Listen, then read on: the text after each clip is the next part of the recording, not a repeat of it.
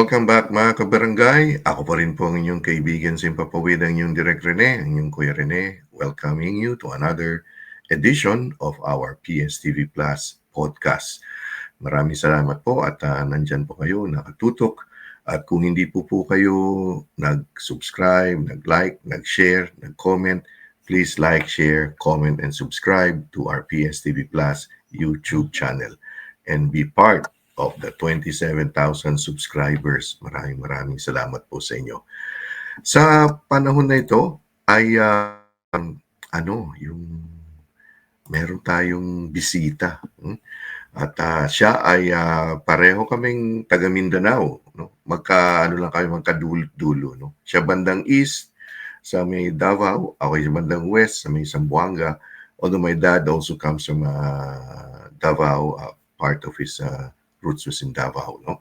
So itong ating mga kapanayam, mga katsikahan, dito po sa ating PSTV Plus platform, sa ating Barangay New Zealand. Hindi na po siya, she is no longer a stranger sa mga podcast natin, ano? Kasi pag pinag-uusapan yung mga creatives dito sa Aotearoa, New Zealand, isa po ito sa mga creatives, no, na nagko-contribute in the enrichment of the Filipino Kiwi creativity, whether it's film, whether it's stage, whether it's music, o kung saan. Walang iba, siya po isang manunulat. She's a writer, director, si Direk Alisa Medel. Hi, Alisa. How are you? Hello po, magandang gabi. Mabuti naman po. Yeah, kumusta ka na? Kumusta na? Ganun pa rin. Busy kasi we have our final week of rehearsals po before kami pack in sa Sunday. Oh, yes.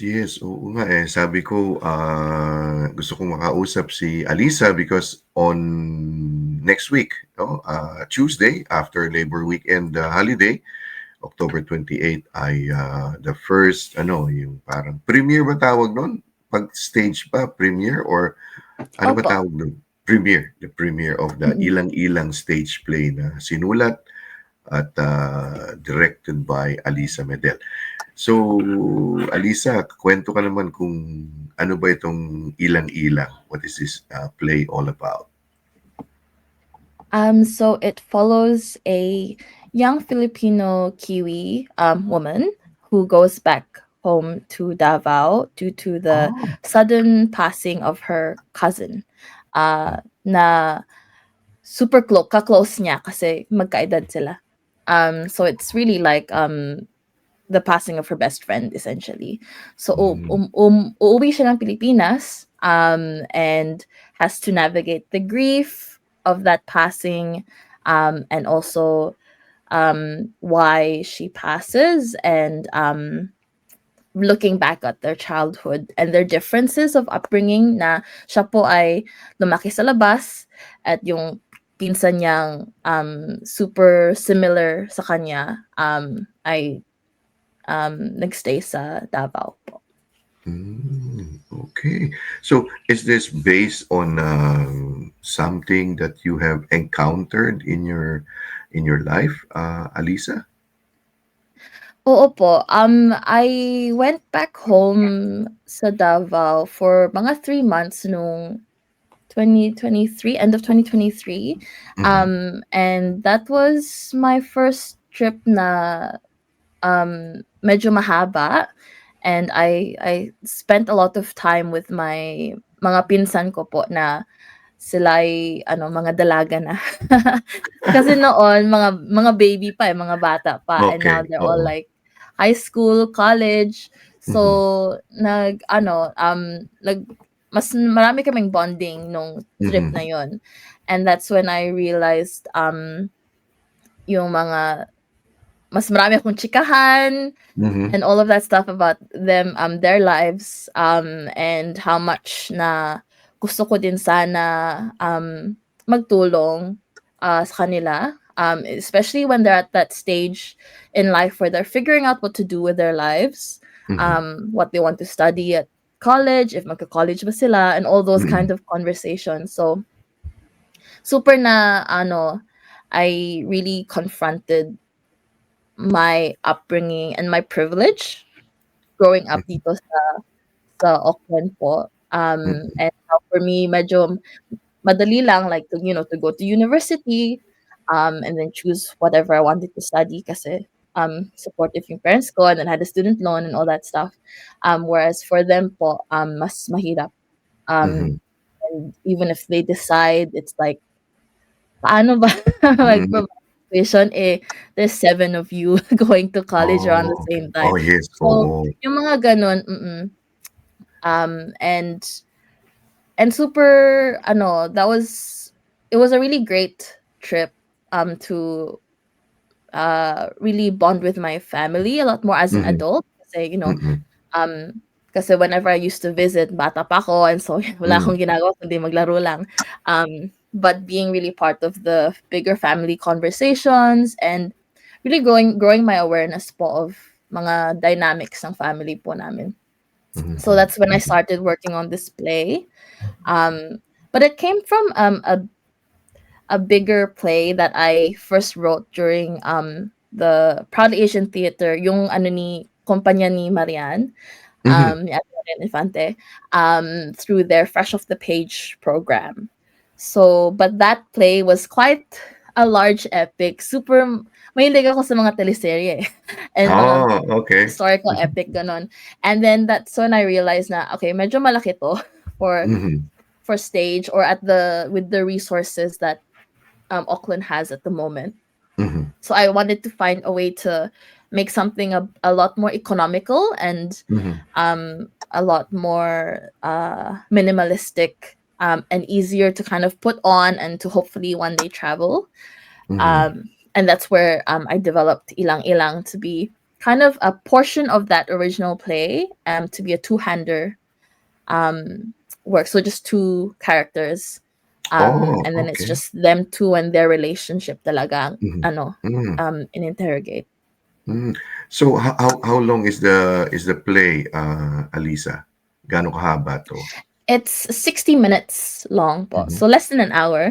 It's a Mhm. very quick, kumbaga by like industry standards, it's quite a short play. Pero Mhm. medyo super intense din siya kasi maraming Oh, emosyon, okey. trahedya, Hmm. um, pero kasi medyo may pagka-komedyante yung dalawang cast ko, eh.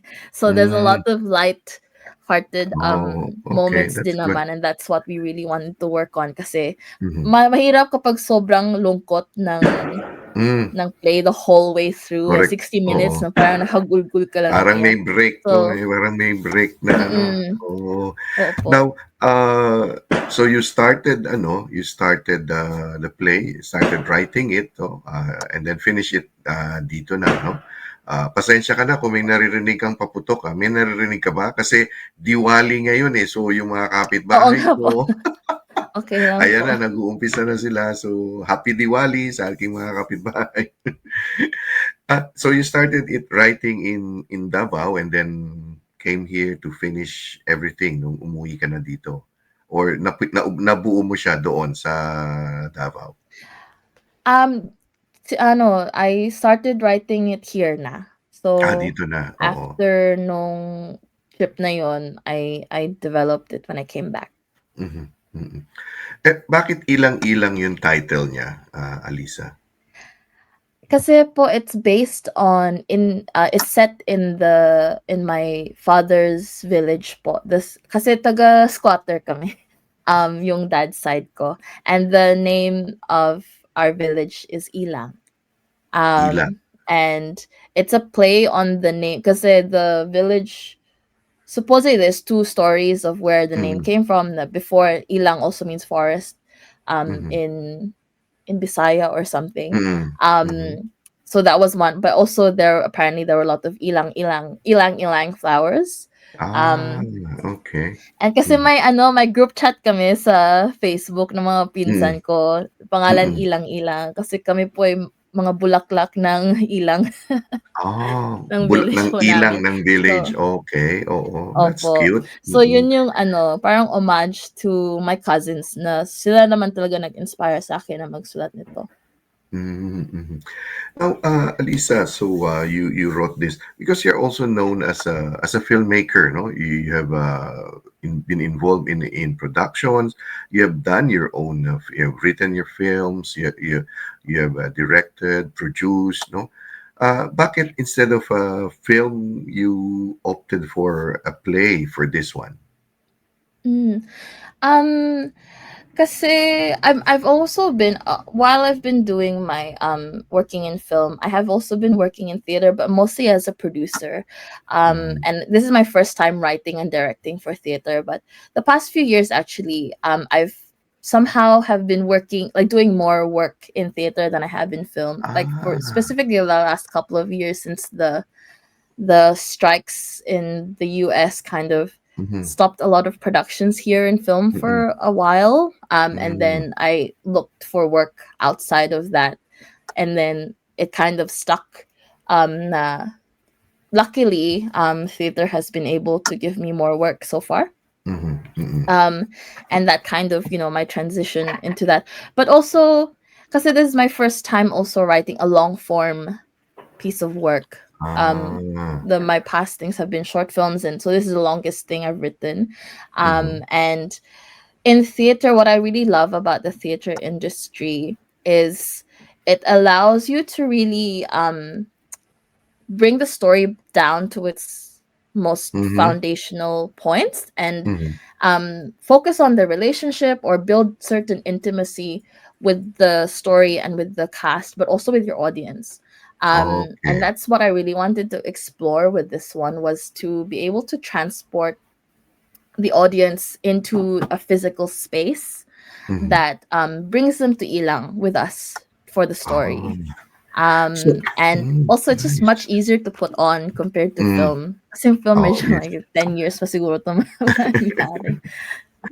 So yung setting talaga is in Ilang, a place in Davao. So is the dialogue also in Bisaya or is it in English or in Tagalog? Ano ang dialogue nito? It's mixed po. So it's mostly in English. Kasi Aya, the one who goes back home, is, she grew up in New Zealand and can't really Okay. speak Bisaya anymore. So the whole Mm. play is kind of revolved around her perspective. But Mm. there is a lot of Bisaya as well and some Tagalog. So it's quite like Bistaglish yung Bistagli. dialogue niya. Alam niyo mga kabarangay, kasi si Alisa, no, as I said earlier, no, yung mga Filipino Kiwi creatives, no, na dito yung mga bata, sila yung yung nagpo-push nitong ating yung community in terms of the arts and creativity. Meron siyang ginawang pelikula, no. I think it's the first Filipino Kiwi short film na Bisaya ang ano 'to, yung lengguwahe na ginamit. Tama ba ako, Alisa? Yan din po, tsaka yung Kapampangan po. Oh, Kasi yun, oo, dalawa po yun, isa yung pa yun. nag-release, opo, Oo, yung Mekeni, yan, si Alisa rin. You also directed that, ano, yung Mekeni. opo. And then yung Padayon, which was in so very pioneering ito si Alisa, no, yung mga na iniisip niya ay hindi ordinaryo. Did you finish or major in theater when you were in the university? University of Auckland ka, di ba, Alisa? Opo. I know I majored in screen production po, Oh, and wow. history. Mm, And pero with theater, I started working in theater when I was in my last year of uni, mm, actually. Opo. mm. Talagang so teatro ka talaga, no? So parang your heart is in theater, I suppose, no? So ilang-ilang will be staged at the Basement Theater, no? Yung premiere nito next Tuesday, October 28 at 8 p.m. At mula Tuesday, so every day it's at 8 p.m., no? Pero pag Sabado, merong matinee, yun, naalala ko na yung term eh. Matinee ba yun? Tama ba ako? Matinee? Opo, No? opo. So, 4 p.m. So, yan, no? 8 p.m. regular show. and Saturday, no, additional matinee dapat yan, 4 p.m. No? So for those who would like to, you can just go to the website ng basementtheater.co.nz at nandun yung mga detalye to get tickets. No? Yung Basement Theater, actually, nanood ako ng nung Saturday I was at the Q Theater, nanood ako ng napakagandang yung comedy show ni Alex Calleja. Nasilip ko yung kasi punta ako sa toilet, parang merong doon parang sa likod. Tapos nakita ko, uy, yung Basement Theater, because I remembered, me and my wife, we watch yung Pinay, di ba? Yung play na doon ginawa, no? Sa Basement Theater. So doon din, mga kabarangay, yung ilang-ilang. And I think it will resonate with many of us, I guess, for those who will go home and reconnect with their classmates, kapitbahay, kamag-anak, and then I think that came into play when you were there. Siguro, Alisa, no, observant ka, so parang ito yung pwedeng aside from enjoying your stay there. You said that was the longest, no? 3 months ka nandoon, no? Opo. Oo. So, and the fruit of that is this, yung ilang-ilang. Who are your cast for this? Kasi mo dalawang babae lang ito, dalawang Opo. magpinsan. So So, yung sino yung cast?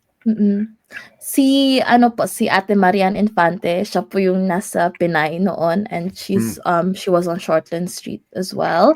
And si Arya Dean Baltazar, siya po ay she was in the first primetime Asian sitcom nung Silo Oh. Theater, I think 2023. Din. So they're both amazing, talented professional actors, and I'm super grateful na binigay nila yung time nila para sa show na to. Yeah. So this is like both of them are Filipinos, no? Pinoy Opo. production. So, and then siguro yung mga sa set, yung mga ganyan. But you were saying minimalist, no? So yung set, lang siya? Parang very minimal, parang ganon. Representative of ilang, parang ganyan? Opo. So our set designer is Chailing Huang, who founded Proud Asian Theater as well. And she works with Marianne running the company. And she's our set designer. And it's a very it's meant to be kind of a liminal space. Kasi sorry, hindi ko na mention before na patay yung yung pinsan. She appears as a ghost. So it's wow. Okay. between life and death kind of setting yung ginawa ni Chailing. And you were saying parang you hope to bring it on a tour, parang i-travel yung the play, and it facilitates it with two characters, and then minimal yung is that what you meant by that, na ita-travel mo siya? Opo. Saan mo siya Hopefully po. balak? Kasi pagkatapos po nito, hopefully further develop po namin for traveling, for touring, and then ang pangarap naman po ay madala namin siya sa Wellington and Christchurch, and then hopefully siguro like Australia, Sydney, and pero that's all obviously pending funding and yung mga ganun. Pero hopefully if successful yung Auckland premiere namin, mas may case study kami para sa kanila. Tsaka meron na kayong parang yung case study, and parang ito yung nangyari dito, so we can replicate, we can duplicate this. Kaya mga kabarangay dyan sa Wellington, sa Christchurch, Palmerston North, Dunedin, kung saan man, Hamilton, Tauranga, kung saan, I think it's about time na magkaroon tayo ng mga ganitong klaseng initiative, no? Yung film, yes, nandun na yung mga concert, mga comedy show. Ito bago, naman to, yung play. At ano pa ito, yung tawag doon, Bisaglish, no? Bisayang English, parang gano'n. So it will resonate with our mga kabarangay, no? Mga taga Visayas, Mindanao, na tsaka very ano, yung parang yung kwento mo is, it happens 'di ba sa mga uuwi Mm. 'no, nagkita nung huling nagkita kayo, you were just what, like maybe 10 years old or mas bata pa, Mm. and then bumalik na sa Pilipinas, and so many things has happened, no? Worldwide, personal. So, Mm. maganda yung in display, maano yan, lalabas yung mga emotions and ano Mhm. oh, naku, so October 28, 'no, kaya lang ako kasi malamang yung Sabado yung aking parang yung sa Pinay gano'n din, parang last day pa nga Mm. yata yung pinanood namin at, nakita ko yung, parang parang last day kasi nakita ko yung nandun yung nanood si Ambassador Gary Domingo, Opo. yung parang Mm. yung last day yun, punong-puno, eh. But this time I'll make it a point na a bit earlier. So this will be from October 28 hanggang kailan yung The ano 1st of nito? November po. So, it's Ah, meant to run alongside Undas po. kaya yung team na Opo. oo, okay. Oo, so November 1, which is November 1st, which is a Saturday. So yun yung last day ng so may 4 p.m. doon, may 8 p.m., no? Palagay ko dun siguro ako I'm attending a workshop o may nakita akong workshop na alam niyo naman ang iyong Kuya Rene, kuripot So nakita ko libre.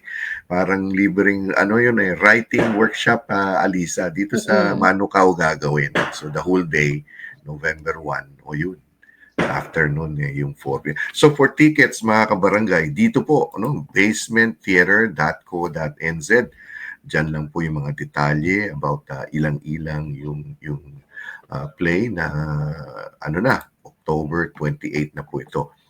So Alisa, what's next? No, syempre, mga artist ganun di ba? Parang marami ka namang pero meron na bang are you at liberty to share with us kahit na big picture lang?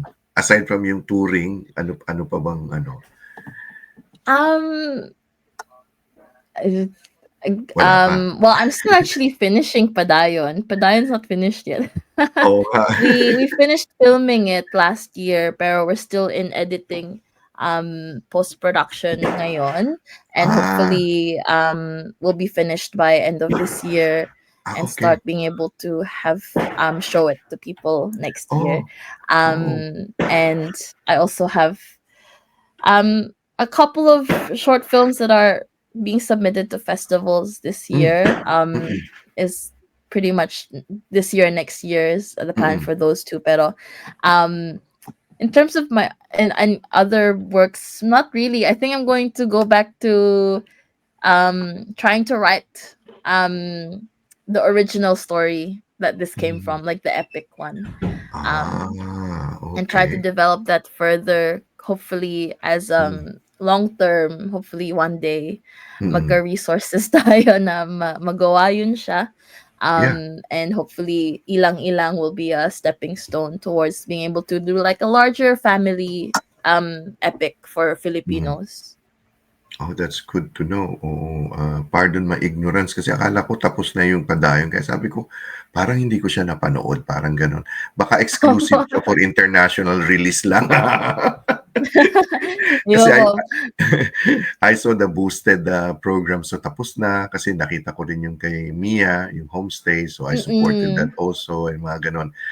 So it's coming pala. Oh, that's good. So we can have another podcast on that, on Padayon alone. Pero ito po mga kabarangay is yung ilang-ilang lang muna, no?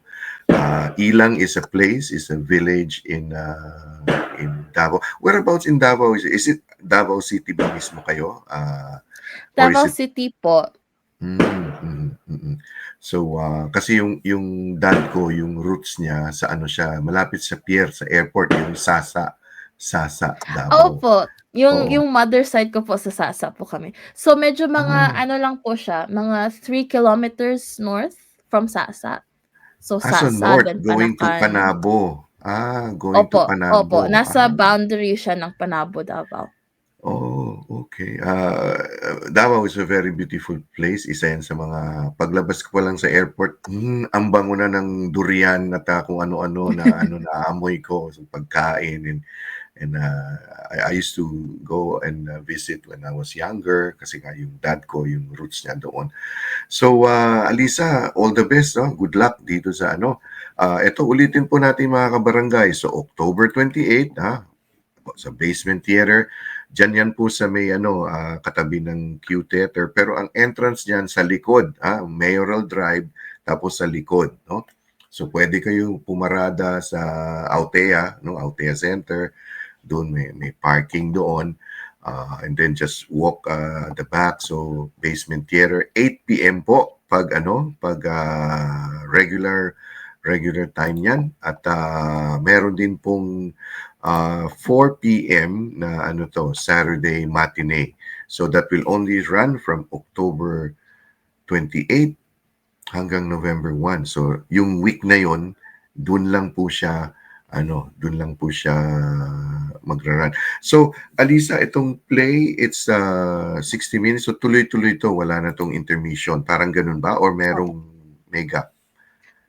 Walang Wala. intermission po. Tuloy-tuloy po. Okay. Oo.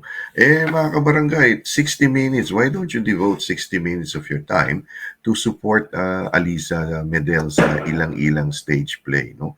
At I'm sure it has been well written, well crafted kasi alam ko yung mga ginawa ni na Alisa, ni na Marian, na mga production. Minsan nga may nakita pa ako sa TikTok ba yun o sa Instagram, kayong tatlo, ikaw, si Marian, tsaka meron kayong ginagawang exercise yung parang sumasayaw kayo parang ano ba yun na parang Yung kasi may budots ba workshop.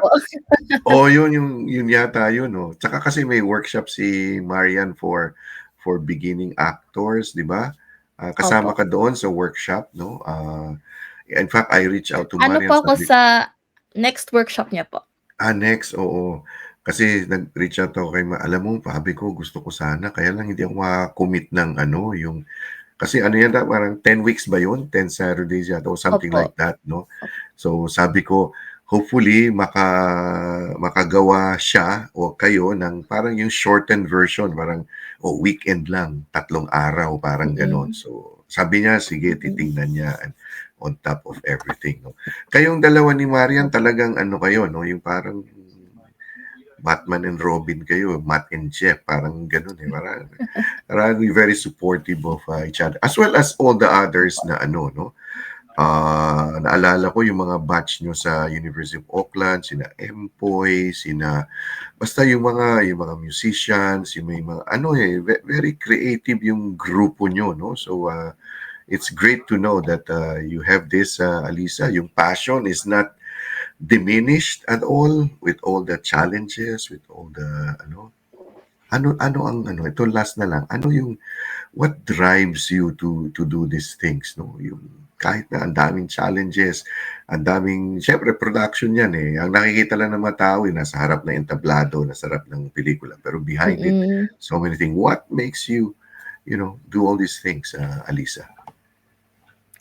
I think talaga yung community na meron kami, especially nung panahon ni parang ang tagal na nun, pero like yung cohort ni Ate Marian, and yung mga, nagpa-pioneer talaga ng Asian theater arts dito sa, Aotearoa sa New Zealand. Dahil po sa kanila, super strong po yung community natin dito. And so madali lang po siyang ma-access ng mga gustong magiging artist or theater makers or gano'n kasi ini-encourage ka talaga nila to share your story kasi super important ito to really share the experiences we have as Filipinos and as migrants, especially those who with ilang-ilang specifically who navigate two worlds and kind of showing people na yung kwento natin hindi lang nag-start dito na nag-migrate tayo sa New Zealand. We've had a story long before. We have our own histories, we have our own worlds, outside of New Zealand, and we're constantly grappling with bringing those two together. So that's one of the things that I'm passionate about telling people and showing people through the stories I write, because I find a lot of richness in that history that I have personally, my life in Davao and my family's life. And there's so much more that we can tap into there that we're just barely scratching the Mhm. surface Mhm. in terms of Asian storytelling po here in New Zealand. Thank you so much, Alisa, no, for sharing your, your passion, your thoughts, and your dreams about theater, about artistry, creativity, not just for the Filipinos but for the Asian community and for the entire Kiwi community. Kasi lahat naman tayo mga Kiwi na tayo, and we all contribute to enriching the Kiwi, the Kiwi, what's this, community in terms of sa art. So, thank you so much, Alisa. All the best sa'yo. Anytime you need some help or whatever, nandito yung Kuya Rene, ating munting himpilan. We can help in promoting and doing all of these things. Salamat. Oo, so Opo. maraming salamat. Salamat. Salamat. And in spite of everything, hindi na diminish ang iyong love for arts, for music, for film, for theater, and for being a Filipino. No? Kasi bago pa tayo naging Kiwi, naging Australiano, Amerikano, kung ano man, tayo po yung mga Pinoy. Tayo ay mga Pilipino. Bagamat iba-iba po ang ating lengguwahe, iba-iba ang ating kultura, meron sa norte, meron sa central, meron sa Mindanao, pero tayo po ay mga Pinoy. Kaya suportahan po natin ang mga gawain ng ating mga kapwa Pinoy. Kagaya po ang ilang-ilang ni Alisa Medel, October 28 to November 1. Diyan po sa Basement Theater, 8 p.m. and 4 p.m. sa Sabado. Thank you so much. Maraming salamat, Alisa. Ha?